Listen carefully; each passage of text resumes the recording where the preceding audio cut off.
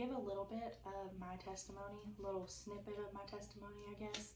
And I feel like it's kind of important for me to get that out there at the beginning of this ministry so that, you know, you all know where the Lord's brought me from and where I'm at now in my walk with Him, and really why I have decided to start this channel and why I have decided to start making these videos. So let's get into it. So first off, growing up, I grew up in church. I have always been in church as long as I can remember, and you know, my family was one of those that if the doors were open, we were there. Sunday morning, Sunday night, Wednesday night, revivals, cookouts, whatever. If the doors were open, we were there. And my mom, she was honestly one of the most faithful members of the church, even in spite of her situation. She was sick. She had MS, and that was slowly over my lifetime really chipping away at her health, and she wasn't really able to do anything for herself. So she was probably about it. She was my biggest example in everything that she did. I'm now at this point in my life trying to make sure that I'm following in her footsteps as best as I can. But she had MS. She wasn't really able to do anything for herself. She was always very dependent on other people. She really didn't have use of her hands. She couldn't walk, and you know, she wasn't able to do anything for herself. So most of my life was spent taking care of her and helping her, you know, with getting food and anything that she needed. She had to have somebody get it for her. So I did that because my dad obviously had to work so much. He wasn't there able to take care of her all day, so I did. And so because of that, growing up, I really wasn't able to have much of a social life. I didn't really have a whole lot of friends because I didn't have any free time. I wasn't able to go out and hang out with friends very often, and I wasn't really into sports or anything like that. It was just me and my mom.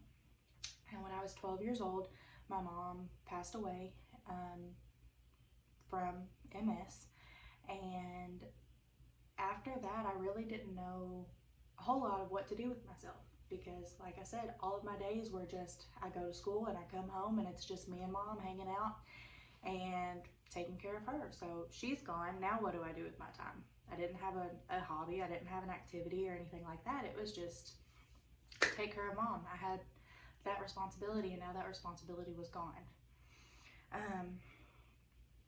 So I really felt like my life had no meaning, like I was just worthless at this point because what am I supposed to do? And very soon after my mom passed, my dad remarried, and we had to pack up our lives, and we moved in with his new wife, who is now my stepmom, and we get along just fine now. But at the time, it was a really tough season, really tough time in my life, and I was very confused. You know, at 12 years old, any kid's confused, and you know, it's just a really tough time in any child's life. But then you add in you've now lost a parent. Now that's confusing because what 12-year-old doesn't have their mom? You know, most kids have their parents.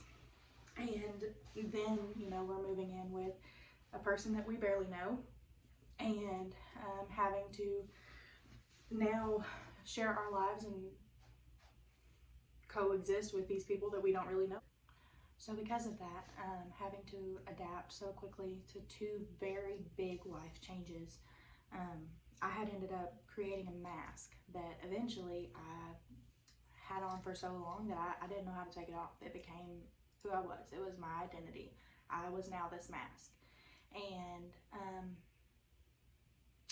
that caused me to kind of spiral even further into depression, and I battled anxiety, something awful, and I really was just stuck in this place, and I was battling suicidal thoughts, and honestly probably would have gone through with it had it not been for the fact that I had this hope that one day I would see my mom again if I just stuck it out. So that's what I did. Now, my but God moment, at 14, I accepted salvation and was saved and gave my life to the Lord.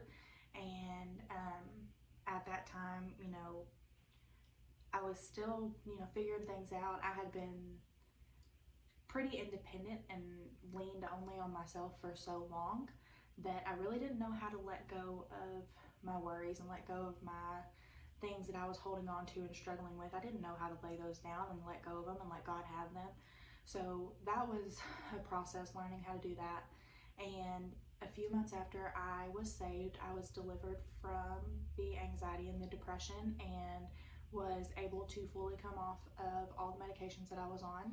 And thanks to the patience and the love of God and His help with the things that I had been struggling with, I was able to learn how to lay those things down. I was able to learn how to cast my cares on the Lord, as the Bible tells us to do, and lean on Him for all the things that I needed.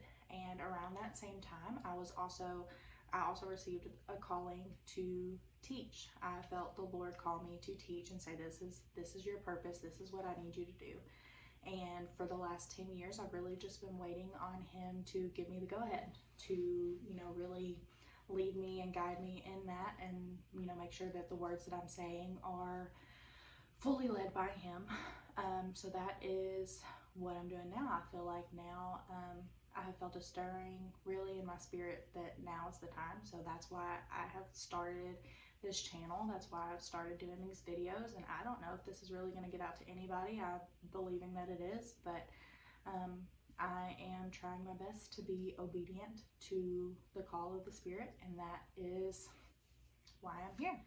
My walk has not been perfect, and I will never pretend that I have been a perfect Christian. I have struggled. I have been through so many things, and the Lord has walked with me through all of them. He has been with me through tough seasons of life and things that just happen. My husband and I struggled for 2 years to get pregnant. We struggled with infertility. I had some certain medical issues that made it very difficult for me to get pregnant, but the Lord saw us through that, and now we have not one but two beautiful children. And through financial struggles, now that's not always just, life things. Sometimes your own dumb decisions get you into that situation, and a lot of it was we just didn't make smart decisions, but He's seen us through it anyway. Through pretty shameful situations that I kind of got myself into as well. He's been with me through all of it, and I trust and believe that He's going to continue to walk with me through every season that I go through, and I am leaning on Him through all of this, and I pray that He's going to lead me and guide me. And so that's pretty much it. That's my testimony, and I hope that it has touched somebody. I hope that there's a reason for this. I believe that there is. I hope you enjoyed the video. Thank you for watching, and I will see you all in my next one. Bye.